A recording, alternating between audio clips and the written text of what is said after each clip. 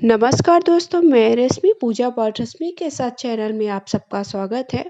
तो आज के वीडियो में मैं बताने वाली हूँ, पहले ही मैंने शेयर किया है कि तुलसी विवाह आपको कैसे करना है और पूजा के लिए कौन-कौन सी सामग्री आपको आवश्यक होने वाली।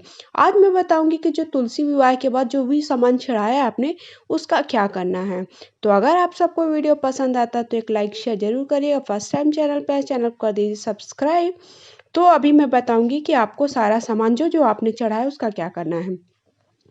तो सबसे पहले आप सब जो कलश जैसे बनाते हो आप, सबसे पहले मैं कलश से स प्रारंभ करूँगी। तो जो कलश का पानी है वो आप तुलसी की क्यारी में डाल सकते हो या फिर किसी भी गमले में डाल सकते हो। उसके साथ-साथ जो आपने इसमें चीज़ें डाली है जैसे आप सुपारी, हल्दी डालते हो वो आप फिर से प्रयोग करने के लिए रख सकते हो।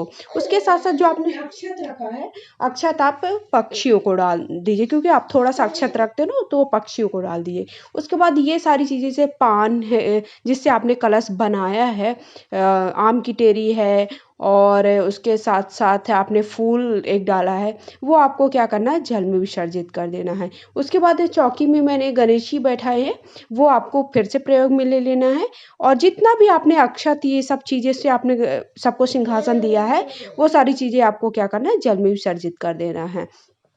और नारियल आपको फिर आप रख लोगे, घर पर ऐसे ही कलश बनाकर भी रख सकते हो अगर आप चाहो तो। उसके साथ-साथ अभी आपने जैसे सुहाग की सारी सामग्री चढ़ाई है, तो तुलसी माता को आपने सुहाग में चूड़ी, बिंदी, महावर सारी चीज़ें चढ़ाई है और गले में का मंगलसूत्र जो-जो आपने चढ़ाया है, वो सारी चीज़ें अगर आप तुलसी जी को कई लोग क्या करते हैं तुलसी जी को जैसे हमारे यहाँ क्या होता है बिटिया की विदा हो जाती है शादी के बाद, तो अगर आपने विदा करके किसी और के घर आप देने वाले हो तुलसी जी को, तो आप उसके साथ ही वो सारा सामान आपको उनको दे देना है। तो वही अब वो ही वो सामान का प्रयोग करेंगे। लेकिन अगर आप खुद के लिए रख रहे हैं मतलब कई लोग क्या होता है तुलसी जी को कहीं नहीं देते हैं, घर पे रखते हैं। तो वो सारा सामान आपको जैसे चूड़ी, बिंदी और महावर और ये सारी चीज़ें आप खुद के लिए प्रयोग में ला सकते हो। उसके साथ-साथ आप जैसे वरमाला पहनाए हो, आपने जयमाला करवाया है बिटिया का और दामाद का, तो आपको क्या करना है उसको उस जयमाले को आपको जल में विसर्जित कर देना क्योंकि बहुत दिन तक रखे रहेगा, रखे-रखे वो खराब हो जाता है, तो उससे आपको और नुकसान है और वो शुभ नहीं होता है कि कई दिन रखा रहा, खराब हो गई चीज़ें। उसके साथ-साथ आपने जो गठबंधन किया है, तो गठबंधन अगर आप इस तुलसी जी का विदाई करते हो, किसी और को दे रहे हो दान में, तो आपको क्या करना है उसके साथ दे देना है लेकिन अगर आप खुद का के लिए रखने वाले हो मतलब अपने घर में तुलसी जी को रखने वाले हो, तो आप उसका क्या करोगे, वो आप खुद के प्रयोग में ला लोगे। चाहो तो आप पंडित को भी दान में दे सकते हो।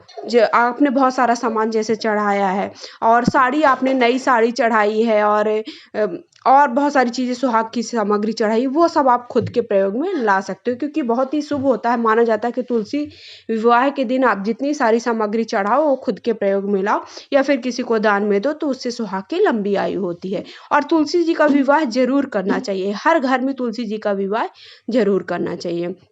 तो ये देखिए जो मैंने सारी सामग्री चढ़ाई है, तो अगर आप तुलसी जी को विदा करते हो, किसी को देते हो, तो वो आपको दान में दे देना है। अगर खुद के प्रयोग में लाने वाले हो, मतलब आप तुलसी जी को किसी के यहाँ नहीं देते हो, अपने घर में रखोगे उनको, तो फिर आप क्या करोगे, खुद के प्रयोग में ला लोगे। उसी प्रकार मैंने खाने की बहुत सारी सामग्री चढ़ाई है, तो उसको क्या करना है, आपको सबके साथ थोड़ा-थोड़ा प्रसाद में बाँट देना है।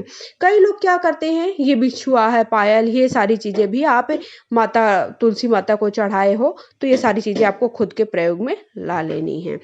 और कई लोग साड़ियाँ भी चढ़ाते हैं, मतलब बड़ी-बड़ी चीज़ें भी चढ़ाते हैं, मैंने ये सारी चीज़ें नहीं चढ़ाई है।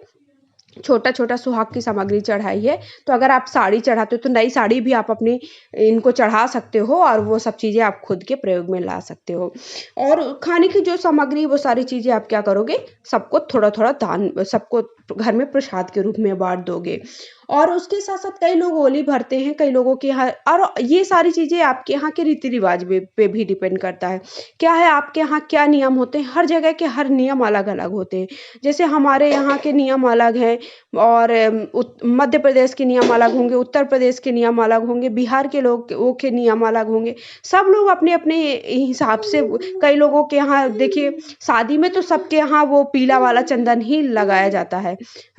फिर उसके बाद क्या होता है हमारे यहाँ साल भर तक वो वाला चंदन वो वाला सिंदूर भरते हैं, उसके बाद फिर लाल सिंदूर भरने लगते हैं। लेकिन कई लोगों के क्या होता है, वही सिंदूर हमेशा भरा जाता है। तो इस तरह सब जगह और वो जो सिंदूर आपने तुलसी माता को चढ़ाया है, वो सिंदूर ज़रूर आप अपने लिए सुहाग में ले लीजिए, बहुत ही शुभ माना जाता है।